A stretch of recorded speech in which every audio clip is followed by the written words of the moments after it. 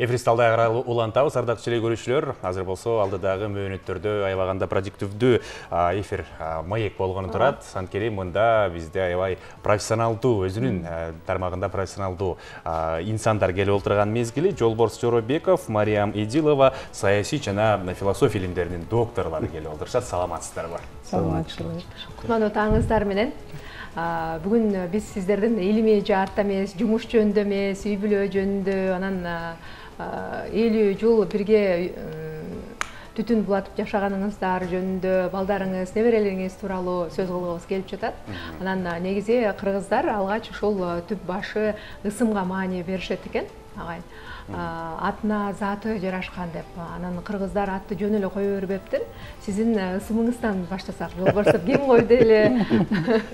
Эми ысым боюнча бул Мариям Итальпон экөөбүздүкү окшош да. Мени айылда азырга чейин Жолборс дегенди көп биле беришмейт. Абдували деп айтышат. Мариям Итальпонун дагы айылда көпчүлүгү Мариям деп айта берет, Анатай деп айтышат. Ушундай абдан бир кызык неме болгон.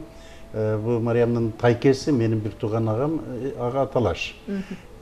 Тиги ысык ата курортунда эс алышып, экөө сүйлөшөт, чогуу бир комнатада жатып калып, анан тиги менин агам айтат, менин Абдывали деген иним бар, Таластан үйлөнгөн дейт. Сиз Ал айтат, менин дагы бир Анатай деген жээним бар дейт. Ал дагы немеге ошко деген деп, экөө бир ай сүйлөшүп жүрүшүп, анан келип анан айтып атпайбы, бир мощный жигит менен чогуу жаттым. Аты Жумашек, Кумаш экен. Мощный жакшы экен. Деп ал ошо чабан байкабыз болчу да. Звонить этсек эле ошол ал тиги тайкелердин үйүндө убистик экен. Ушундай атыбыз жөнүндө ушундай болгон. Анан ошо 1948-жылы биз төрөлгөн жылы эмнегедир мени ат Токур деп жүрүшүптүр, анан дагы бир эме болуптур, анан Абдывали болуп. А менин немемде метрикамда Жолборс деп жазылып жүрүптүр. Кийин тиги аттестаталарда гана билдим да ошону. Мариямдыкы да примерно ошондой да. Өзүңүз айтып бериңиз. Жалал абадта педучилищеге бардым да 8 класстан кийин. Таластан Жалал абадка 13-14 жаштабыз. Анан мен староста коюп коюшту. Анан 4 жыл окудук, бүттүк. 3 жыл 10 айда. Анан агайыбыз бар эле, Жапар Байдаралы деген класс жетекчибиз, мени староста. Анан айтты, Анатай деди, баардыгын паспортун карап, эмеге дипломго жазыш керек, карап чыккының деди. Анан карасам эле меники Мариям деп жүрөт көйлүм. Агай меники ушундай экен десем, мына кыргыздар бирде атты коет Жолборсов, анан өздөрү Арстан деп алат. Мына баарын карап чыккын.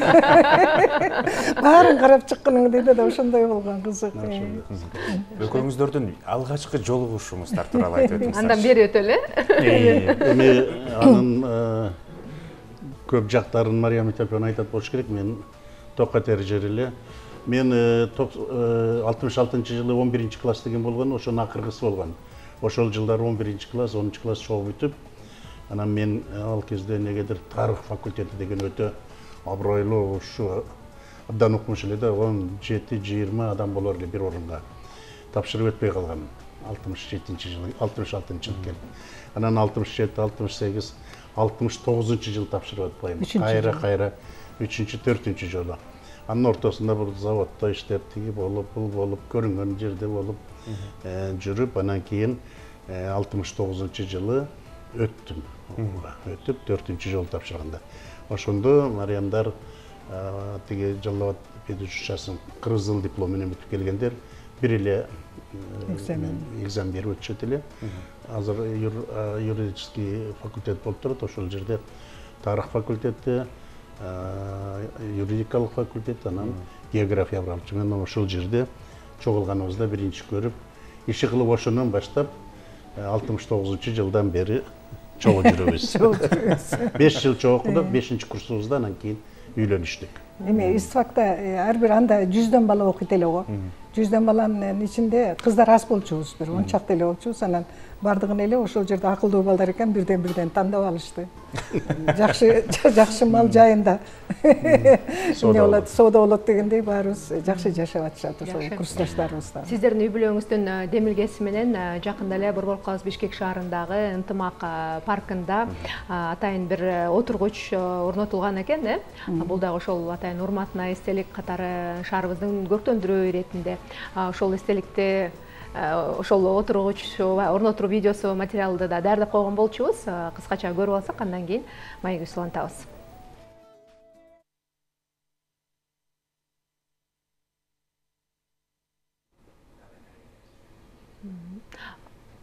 Ошону комментарийлеп берсеңиз, балдарыңыз менен, неберелериңиздер менен отургузган экенсиз. Эми азыр 2 уул 1 кызыбыз бар.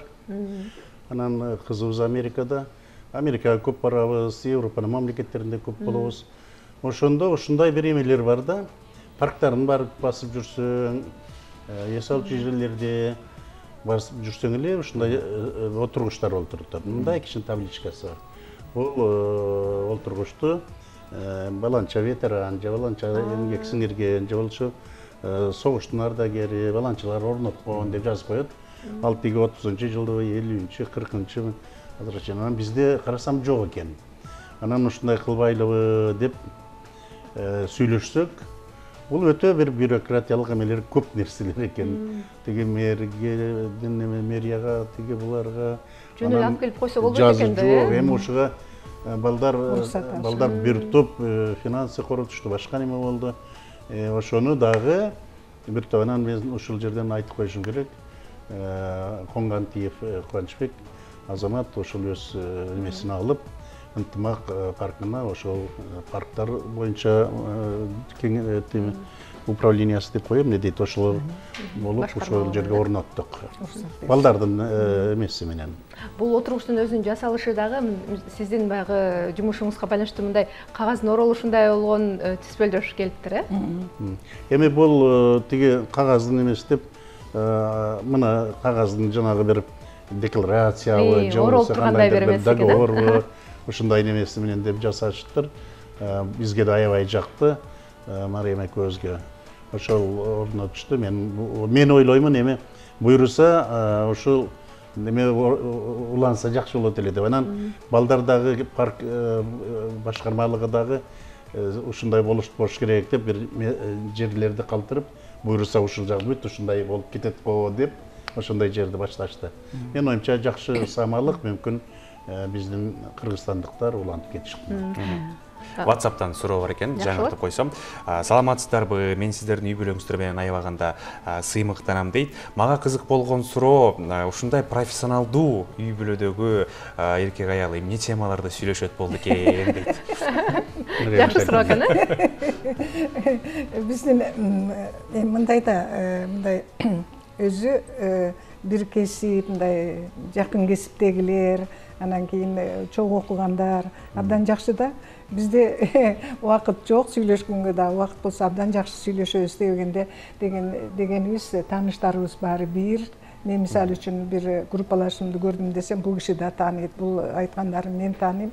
Демек мындай бир жакшы пикир алышууда дайыма. Балдар жөнүндө сүйлөшөбүз, жаңылыктар дегендей сүйлөшүү жагы жакшы. Кадимки эле тема. Жалпы тааныштар, жалпы билим, илим багыттары бирдей болгон абдан жакшы. Кызыкчылыктар да бир. Ошон үчүн мындай кайчы суроо дагы жаралат да, Расул. Кыргызда мындай сөз бар да, эки кочкордун баш бир казанда кайнабайт депчи. Бул учурда мындай талаш тартыштар деле болобу? Эми албетте болот. Эми турмуш жанагы түптүз сызылган жол эмес да. Албетте уруш жаңжал да болушу мүмкүн, пикир келишпестиктер да болот. Анан аны эми акыл эс менен, кичине сабырдуулук менен, анан дайым жолдоштор дагы башка жерлерде дагы ушундай суроо болуп калса, мен тамашалап коем. Ал кочкордун баштарын ким кайнатат, ошого тууралап койгон турбайсыз. Жакшы. Ошо видеодо дагы көрдүк, сиздердин балдарыңыздарды, неберелерди анан династия уланат деп коет экен. Алар ошо илимий жаатта кеткендер барбы, неберелериңиздерде балким? Эми бул мындай экен да, азыр бизде ошол династия уланса мүмкүн жакшы болор эле, династия уланып абдан жакшы баасын берип жүргөндөр да көп. Бирок биз да аракет кылдык аябай. Аракет кылдык, балдар өздөрүнүн жолдору менен кетишти. Мисалы үчүн эң чоң уулубуз Азамат биз экономфакка тапшыргын деп айыл чарба институтуна экономфакка тапшырып, биринчи курсунда, бул 90-жылдары. Анда Мариям Тальпан ал жерде проректор. Анан балдардын бирөө жарым айтып койгон го, тиги мамасынын юбкасында жүрөт дегенде мындай дегенби билбейм. Но биринчи эме башталды жанагы Турцияга окуп. Бизге айтпай, биз неме кылбай ошол жака өтүп кетип калдык. Кийин айтып жүрөт, кийин чоң уже бир топ жылдардан кийин ошондой айтчу. А экинчи балабыз өзү мен аны ветеринар же зоотехник кылайын деген болчумун. Анан болбой эле тиги юристке кирди. Анан кийин айтып калды, ата юристте бекер эле окуган экем деп, азыр башка кызматтар мен неме кылам. Эми болду, эми билим берип өзү мектептер менен алектенип жүрөт. Айдар. Анан бир кызыбыз бар, Айкыз деген, ал эми сен неме болосуң деп туруп, анан тиги немеге экономфакка кызыл диплом менен бүтүрдү, башка болду. Анан аспирантурага кирбесең болбойт деп, анан аспирантурага кирди. Ошентип жүрүп эле бир күн айтып калды, мен эми бүтүп иштеп аткан жакшы эле бир жерде. Ата, апа, эми мен силердин эмеңер боюнча аспирантурага кирдим. Айткан окушуңарды окудум. Эми мен болду деди. Болду деп бир курстарды бүтүп алып эле, азыр ошол бир жөндөмүнө караша кетет экен да андан кийин. Жөндөмү пайда болду жанагы. Анан эмне эле кыздарды баштарын оңдогон тиң. Аял затын Ошону менен кетти. Ошол жерде бир топ жыл иштеп жүрдү, ошол жерде. Анан кийин Америкага кетип, ал жакта да ошону менен жүрдү. Анан мен муну менен айтайын дегеним, жана биздин эли журтка, биз эми ата-энебиз да ушул врач болсун, же ушул сөзсүз мындай болсун деп эле кынай беребиз да балдарды. Азыр даже мен оюмча бир суроо турат, балдарды жогору немеден окутуш керекпи, кереги жокпу деген да. Жок. Ошондой да. Ушул суроого тийишелүү сөзүңүз каралжа суроо бар экен да WhatsApp'та. Саламатсыздарбы дейт. Мен балам менен аябаганда күндө урушам дейт. Балам дейт, мен артист болом деп, чыгармачылыкка тапшырам деп, ошол жакка консерваторияга тапшырам деп турат. Мен ак кабатчандардын үй бүлөсүнөн болгондон баламды доктор болсун деп тилейт элем. Ушул суроого жооп берип коюңуздарчы, кандай кылайын дейт. Жок, бизде деле ошондой болгон. Жок, жөндөмүнө ошентип биз жанагы кыйнап эле тиги мына окуйсуң деп мындай авторитарный немеге салып эле болуп, кийинчерээк баары бир кетип калды. Ошондой болот да, ошон үчүн мен оюмча баланы кыйнабаш керек го. Кызыккан эмесине караш керек. Жөндөмүнө карата. Жөндөмүнө карата. Мүмкүн 1000 жыл кыйып чыгат балким, ким билет, туурабы? Өзүнүн жөндөмүнө карата уруксат бериш керек, мен ойлойм. Төмөндөгү суроону Расул экөөбүз дагы даярдап аткан болчубуз, бирок бизге чейин эле башка журналисттер берген болуш керек. Ушунча убакыт чогуу үлгүлүү үй бүлө болуш үчүн, бактылуу үй бүлө куруш үчүн мындай сырлар менен бөлүшүп кетсеңиз кийинки жаштарга сабак катары. Бактылуу үй бүлүш үчүн мындай маданияттуу болуш керек адамчы. Өзүңдүн кызыкчылыгыңды ойлогондо башканы дагы камтый кетишиң керек да. Жаныңда мындай багыл эме да, мен жана гендер менен алектенгенден айтам да, тең үй бүлө бар, экөө бири-бирин демократиялык деп аталат да. Анан патриархат эмне дейт, жалаң эле эркектер башкара берет. Анан матриархат эмне болуп кетип атат, эми ошону мындай орточосун. Керек болгон жерде эркектигин угуш керек.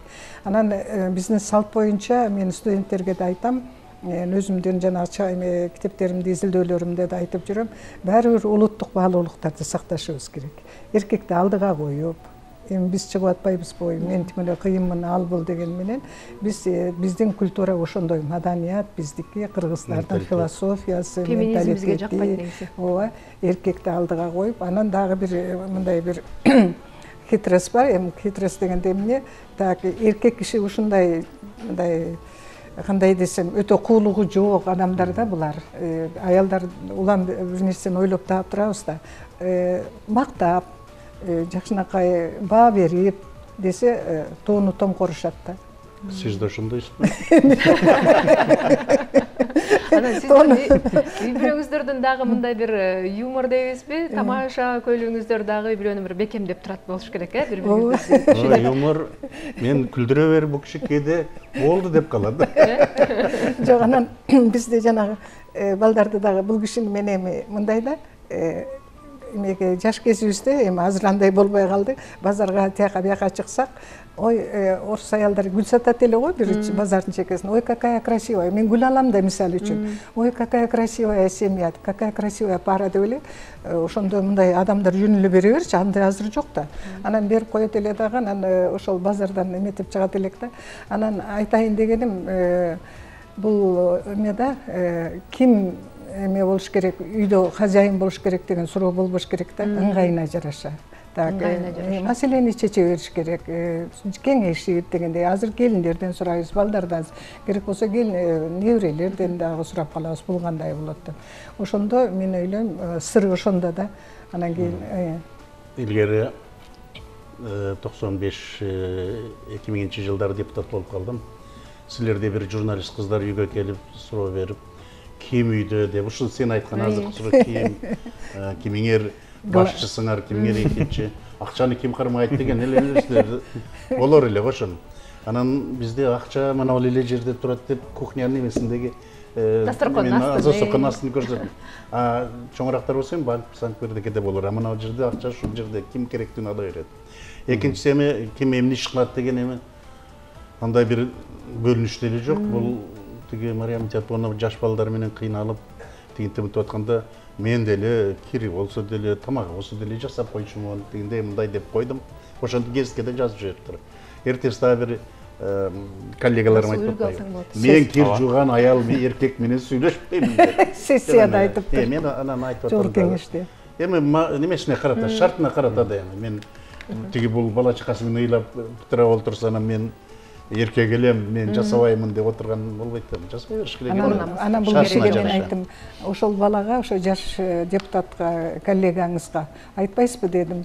Мен бир жерде эле бир аялдын эле кирине жардам берип атам. Сен болсо кыдырып көп жерде жүрүп атасың деп айтыш керек деп.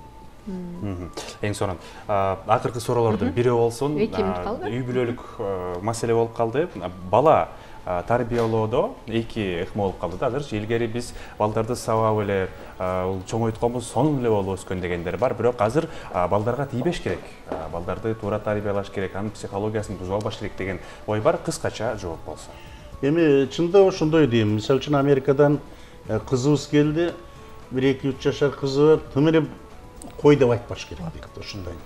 Эми менин оюмча мындай да, ата-эне балдар ар түрдүү деңгээлде болот, ар түрдүү возрастта дегендей жашта. Ата-эненин жүрүм турусу, өзүнүн турмуш образы ошол тарбия.